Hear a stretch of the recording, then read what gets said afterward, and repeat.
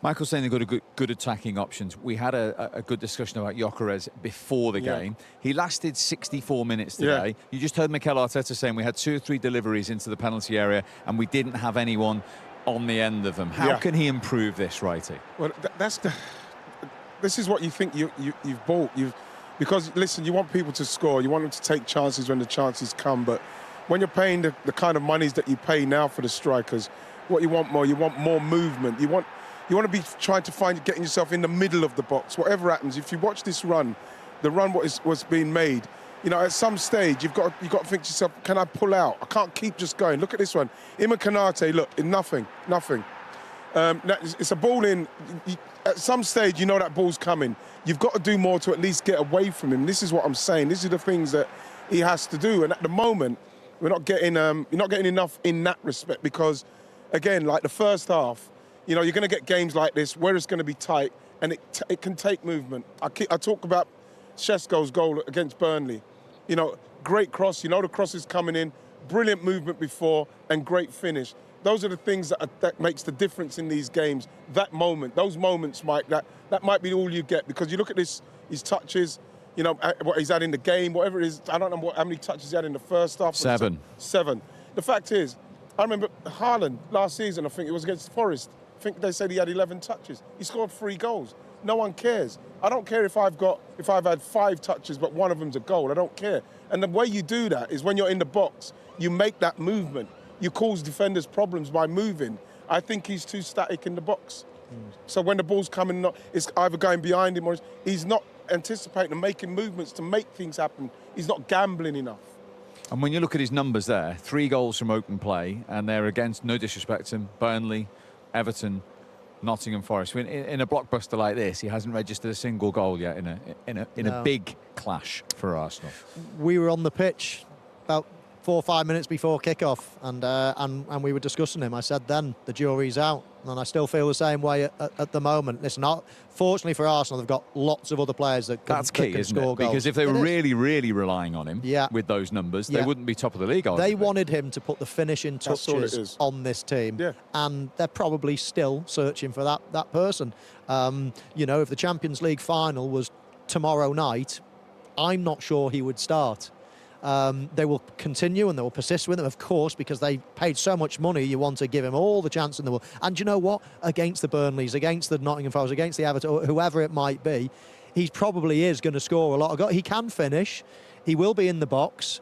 But, you know, to win these games, you need a bit of class. You just need a bit of class, and I think that's where he lacks. You know what it is? It's in these games when you do have a game like this. Yes, we've been playing well coming into it. I was saying 2, maybe 3-0 today, just because of the way we've been playing. But when you do get a game like this, you do need somebody who's out of nothing say, oh, he's done nothing all game, but he's scored the winning goal. Because sometimes you get games like this, you don't get many touches, like I said, but you get that goal, you win it 1-0, and people say, yes, that's what we bought him for. But at the moment, we're still not quite seeing that. And hopefully, there's enough games coming in before the end of the season.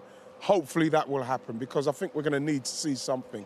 There's a bit of a saying, isn't there, a flat track bully. I think he could be that type, you know.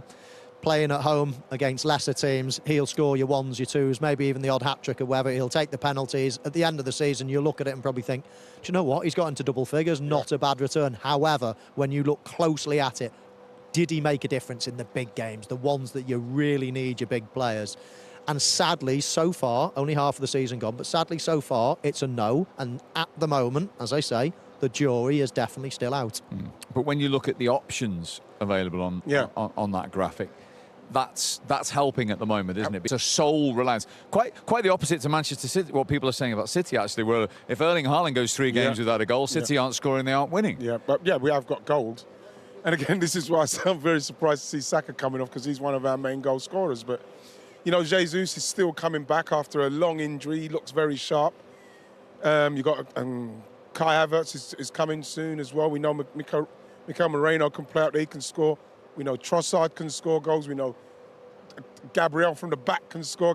So we've got goals. Is that taking some of the heat off Gyökeres, do you think? Without a doubt, because if those guys weren't doing that, with the money that we've paid, there would be a lot more noise around him. And it's these moments where, like I say, if I was playing in this team, you know, coming from the league he's come from, all I'll be working on is my movement in the box.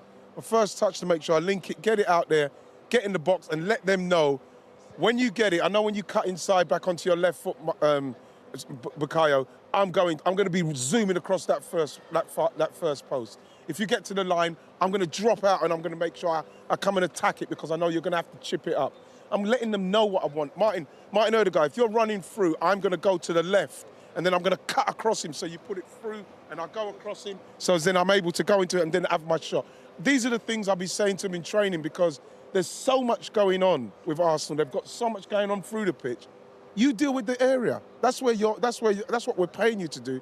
Anything that comes into and then around that area is your domain. So you own it. Own that domain and let them know, put that ball in for me because I'm making the runs. At the moment, he's not. And let's flip it the other way. If he can click, like Wrighty's saying with some of his teammates, and go on a goal-scoring run, then surely, with the goals coming from elsewhere, Arsenal will look formidable at the top of that table. Well, every other team is probably thanking the lucky stars that they haven't got a centre-forward that's scoring plenty of goals at the moment. And, you know, they're not easy to find. You know, you look at the Premier League, who people have signed over the last season to come into the Premier League. Sesko, OK, he scored a couple last night, but he's not hit the ground running. You look at, you know, Gyökeres, not really hit. Voltemade is probably the one that Liverpool with scored the Nunes most. even, Exactly. 85 million. Isak hasn't scored too many goals, but he was already a Premier League player. But the Premier League have got lots of, you know, the team's got lots of them. They're bringing some of the best players that are on the market from around the world, and not many of them are hitting the ground running. There's a dearth of centre forwards in world football at the moment.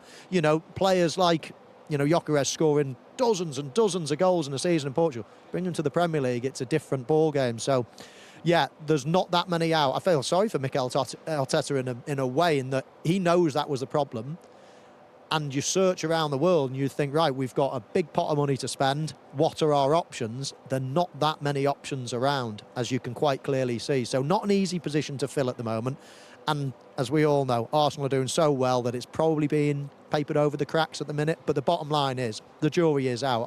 I'm not sure he's the long-term answer. You know, the thing is, even though, like, talking about Sesko, and I won't stop because I was quite pleased to see the goal what he scored, the second goal especially, and the movement, because then you can do all those things that I said about getting the ball in the box, because now I know Dorgu, he knows I'm just whipped this in because he's making movement. Just seeing him do that movement makes me, I feel a lot more confident in what he is capable of doing once the ball gets in the box, because I know that he's got the capability of making that movement to totally lose the defender.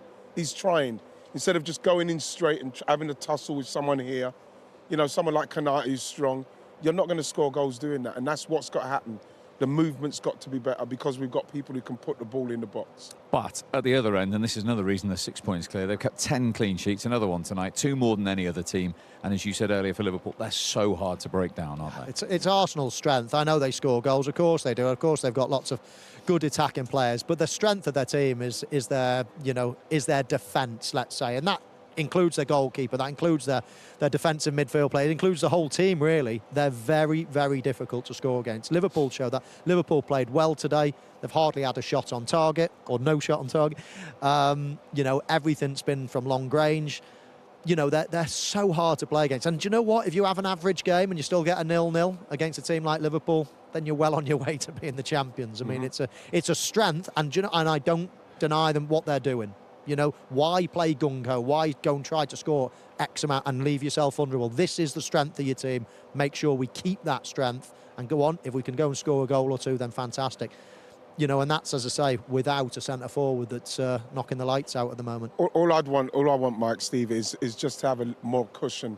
You want to build as much of a cushion. You've got 6 points, right? How much do you want? Yeah, just keep going. So as then what happens is, you can have the odd game like this and it doesn't hurt you because you know, okay, we'll get it going again. But City or Liverpool or even United back in the days, all of those top teams, they do not rest on oh, we've got 6 points. They go. They'll try and beat a Liverpool here. They'll beat the teams.